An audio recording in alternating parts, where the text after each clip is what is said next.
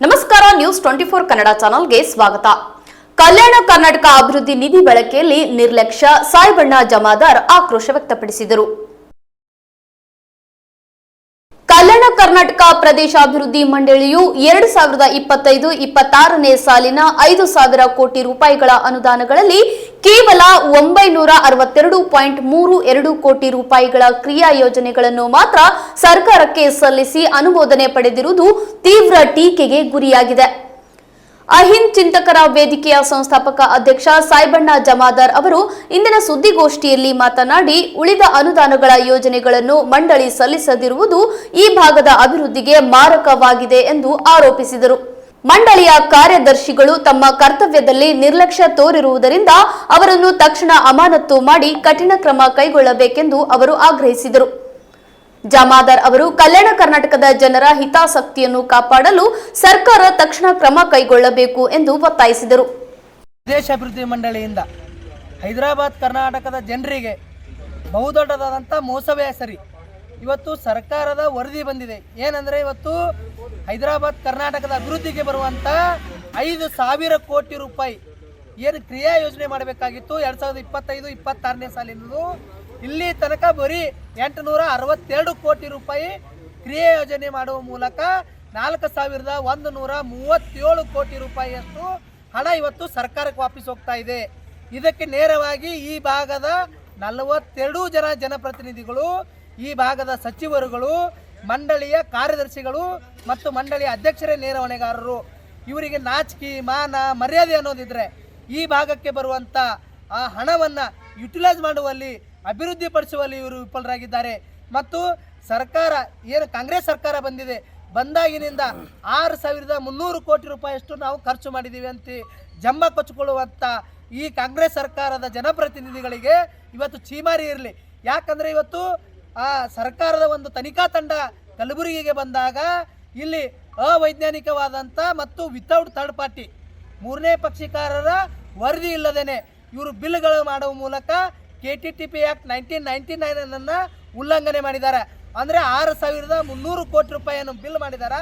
ಇದು ಸಂಪೂರ್ಣವಾಗಿ ಅವೈಜ್ಞಾನಿಕವಾಗಿದೆ. ಇದು ಸರ್ಕಾರದ ವರದಿಯಲ್ಲಿ ಬಹಿರಂಗ ಆಗಿದೆ. ಜೊತೆಗೆ ಏನದ ಇವತ್ತು PWD, PRE ಮತ್ತು ಇಂಜಿನಿಯರಿಂಗ್ ಕಾಲೇಜುಗಳಿಂದ ಈವರೆಗೂ ಏನು ಥರ್ಡ್ ಪಾರ್ಟಿ ರಿಪೋರ್ಟ್ಗಳನ್ನು ಪಡ್ಕೋತಾ ಇದ್ರು. ಇವು ಅಲ್ಲಿ ಅಭ್ಯಂತರರಿಲ್ಲ, ಮೊಬೈಲ್ ವ್ಯಾನ್ಗಳಿಲ್ಲ ಮತ್ತು ಇಕ್ವಿಪ್ಮೆಂಟ್ಗಳಿಲ್ಲ. ಇದು ಸರ್ಕಾರದ ಒಂದು ತನಿಖಾ ತಂಡದಲ್ಲಿ ಅದು ಕೂಡ ಬಹಿರಂಗವಾಗಿದೆ. ಅಂದರೆ ಇಲ್ಲಿವರೆಗೂ ಏನು ಇವರೆಲ್ಲ KKRDB ಬಿಲ್ಗಳು ಮಾಡಿದ್ದಾರೆ, ಇವೆಲ್ಲ ಬೋಗಸ್ ಬಿಲ್ಗಳು. ಇದು ಸರ್ಕಾರ ಹೇಳ್ತಾ ಇದೆ, ಸರ್ಕಾರದ ವರದಿ ನನ್ನ ಹತ್ರ ಇದೆ. ಆ ಕಾರಣಕ್ಕಾಗಿ ಈ ಭಾಗದ ಜನಪ್ರತಿನಿಧಿಗಳಿಗೆ ಕಿಂಚಿತ್ತಾದರೂ ಮಾನ ಮರ್ಯಾದೆ ಅನ್ನೋದಿದ್ರೆ ನೀವು ಮಾತಾಡಬೇಕಾಗಿತ್ತು ಸದನದಲ್ಲಿ. ಏನಂದರೆ ನಮ್ಮ ಭಾಗಕ್ಕೆ ಬಂದಂಥ 5,000 ಕೋಟಿ ರೂಪಾಯಿ ಎಕ್ಸ್ಪೆಂಡಿಚರ್ ಯಾಕೆ ಮಾಡಿಲ್ಲ? ಯಾಕಂದರೆ ಈ ಭಾಗದ ಅಭಿವೃದ್ಧಿ ಇವರಿಗೆ ಬೇಕಾಗಿಲ್ಲ. ಇವರು ಖಾಸಗಿ ಶಿಕ್ಷಣ ಸಂಸ್ಥೆಗಳನ್ನು ತೆಗೆದುಕೊಂಡು ಅವರ ಮನೆಗಳನ್ನು ತುಂಬ್ಕೋತಾ ಇದ್ದಾರೆ. ಖಾಸಗಿ ಆಸ್ಪತ್ರೆಗಳನ್ನು ಮಾಡಿಕೊಂಡು ಅವರ ಮನೆಗಳನ್ನು ತುಂಬ್ಕೋತಾ ಇದ್ದಾರೆ. ಮತ್ತು ಈ ಜನರಿಗೆ ಒಳ್ಳೆಯ ಎಜುಕೇಷನ್ನು, ಉದ್ಯೋಗಗಳು ಕೊಟ್ಟರೆ ಇವರು ಏನದ ಇವತ್ತು ನಮ್ಮ ಜನರು, ಹೈದರಾಬಾದ್ ಕರ್ನಾಟಕ ಜನರು ಡೆವಲಪ್ಮೆಂಟ್ ಆಗ್ತಾರೆ ಅನ್ನುವಂಥ ಹುನ್ನಾರದಿಂದ ಈ ಭಾಗದ 42 ಜನ MLAಗಳು ಇವತ್ತು ಕಾಂಗ್ರೆಸ್ ಇರಲಿ, BJP ಇರಲಿ, JDS ಇರಲಿ, ಇವರು ಎಲ್ಲರೂ ಸೇರಿಬಿಟ್ಟು ಹೈದರಾಬಾದ್ ಕರ್ನಾಟಕದ ಮುಗ್ಧ ಜನರಿಗೆ ಅನ್ಯಾಯ ಮಾಡ್ತಾ ಇದ್ದಾರೆ. ಆ ಕಾರಣಕ್ಕಾಗಿ ನಾವು ಇವತ್ತು ಸರ್ಕಾರಕ್ಕೆ ಆಗ್ರಹವನ್ನು ಮಾಡ್ತಾ ಇದ್ದೀವಿ. ಏನು ಉಚ್ಚ ನ್ಯಾಯಾಲಯದ ಒಬ್ಬ ನಿವೃತ್ತ ನ್ಯಾಯಾಧೀಶರನ್ನು ಈ KKRDB ಹಗರಣದ ತನಿಖೆಗಾಗಿ ಅವರನ್ನು ನೇಮಿಸಿ ಅವರಿಂದ ತನಿಖೆಗೊಳಪಡಿಸಬೇಕು. ಈಗೇನು KTTP ಆ್ಯಕ್ಟ್ ವೈಲೇಷನ್ ಆಗಿದೆ, ಅದಕ್ಕೆ ಸಂಬಂಧಿಸಿದಂತೆ ಈ ಮಂಡಳಿಯ ಕಾರ್ಯದರ್ಶಿಯನ್ನು ಈ ಕೂಡಲೇ ಅಮಾನತು ಮಾಡಬೇಕು. ಅಧ್ಯಕ್ಷರ ಮತಕ್ಷೇತ್ರದಲ್ಲಿ ಈ ವರದಿಯಲ್ಲಿದೆ, ಸರ್ಕಾರದ ವರದಿಯಲ್ಲಿ ಹೈದರಾಬಾದ್ ಕರ್ನಾಟಕದ ಮಂಡಳಿಯ ದುಡ್ಡಿನಲ್ಲಿ ಅಧ್ಯಕ್ಷರು ಅಜಯ್ ಸಿಂಗ್ ಅವರ ಮತಕ್ಷೇತ್ರದಲ್ಲಿ ಹೈಯೆಸ್ಟ್ ಕರಪ್ಷನ್ ಆಗಿರುವಂಥ ವರದಿ ಕೂಡ ಸರ್ಕಾರನೇ ಕೊಟ್ಟಿದೆ. ಅವ್ರದ್ದೇ ಸರ್ಕಾರ, ಕಾಂಗ್ರೆಸ್ ಸರ್ಕಾರದ ಅಧಿಕಾರಿಗಳೇ ಬಂದು ಅವರೇ ಇನ್ಸ್ಪೆಕ್ಷನ್ ಮಾಡಿ ಅವರೇ ವರದಿಯನ್ನು ಕೊಟ್ಟಿದ್ದಾರೆ. ಏನಂದರೆ ಜೇವರ್ಗಿ ತಾಲೂಕಿನಲ್ಲಿ ಹೈಯೆಸ್ಟ್ ಕರಪ್ಷನ್ ಆಗಿದೆ ಅಂತೇಳಿ. ಯಾವ ರೀತಿ ಕರಪ್ಷನ್ ಆಗಿದೆ ಅಂದರೆ 3-4 ರಸ್ತೆಗಳ ಇವತ್ತು ಕಾಮಗಾರಿಯನ್ನು ಪರಿವೀಕ್ಷಣೆ ಮಾಡಿದಾಗ ಅವೆಲ್ಲ ಕಳಪೆ ಮಟ್ಟದ್ದು ಮತ್ತು ಭ್ರಷ್ಟಾಚಾರದಿಂದ ಕೂಡಿರುವಂಥ ವರದಿಯನ್ನು ಅಧಿಕಾರಿಗಳು ಪ್ರಸ್ತಾಪ ಮಾಡಿದ್ದಾರೆ ಇದರಲ್ಲಿ ತನಿಖಾ ವರದಿಯಲ್ಲಿ. ಆ ಕಾರಣಕ್ಕಾಗಿ ಅವರು ನೈತಿಕ ಹೊಣೆಗಾರಿಕೆಯನ್ನು ಹೊತ್ತು ಅವರು ಇವತ್ತು ರಾಜೀನಾಮೆ ಕೊಡಬೇಕು. ಮತ್ತು ಇದುವರೆಗೂ ಏನೆಲ್ಲ ಬಿಲ್ಗಳು ಮಾಡಿದ್ದಾರೆ ಮತ್ತು ಅಧ್ಯಕ್ಷರ ಕೋಟಾದಡಿ ಏನೆಲ್ಲ ಕೆಲಸ ಮಾಡಿದ್ದಾರೆ ಅದ್ರ ಮ್ಯಾಗ ತನಿಖೆ ಮಾಡಿ ಅವರಿಗೂ ಕೂಡ ಕಾನೂನಾತ್ಮಕ ತನಿಖೆಗೊಳಪಡಿಸಬೇಕು. ಮತ್ತು ಏನು ಮಂಡಳಿಯ ಈಗ ಎಕ್ಸ್ಪೆಂಡಿಚರ್ ಆಗಬೇಕು. ಮಾರ್ಚ್ ಹಂತದಲ್ಲಿ 5,000 ಕೋಟಿ ರೂಪಾಯಿ ಖರ್ಚಾಗಬೇಕಾಗಿತ್ತು, ಬರೀ 862 ಕೋಟಿ ರೂಪಾಯಿ ಖರ್ಚಾಗಿದ್ದಾವ. ಉಳಿದ 4,137 ಕೋಟಿ ರೂಪಾಯಿ ಇವತ್ತು ಸರ್ಕಾರಕ್ಕೆ ರಿಟರ್ನ್ ಹೋಗ್ತಾವ. ಅದಕ್ಕೆ ಯಾರು ಜವಾಬ್ದಾರು? ಇವತ್ತು ಈ ಮಂಡಳಿ ಅಧಿಕಾರಿಗಳದಾರ.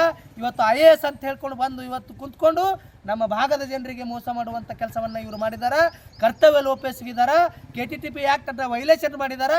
ಸರ್ಕಾರ ಆದೇಶಗಳನ್ನು ಧಿಕ್ಕರಿಸಿದ್ದಾರೆ. ಇಂಥವ್ರನ್ನು ಮೊದಲ ಅಮಾನತು ಮಾಡಬೇಕು, ಮಾಡಿ ಅವ್ರ ಮೇಲೆ ತನಿಖೆಗೊಳಪಡಿಸಿ ಈ ಹೈದರಾಬಾದ್ ಕರ್ನಾಟಕದ ಜನರಿಗೆ ಸಾಮಾಜಿಕ ನ್ಯಾಯವನ್ನು ಕೊಡಬೇಕು ಅಂಥೇಳಿ ನಾವು ಸರ್ಕಾರಕ್ಕೆ 1 ವಾರದ ಗಡುವನ್ನು ಕೊಡ್ತಾ ಇದ್ದೀವಿ.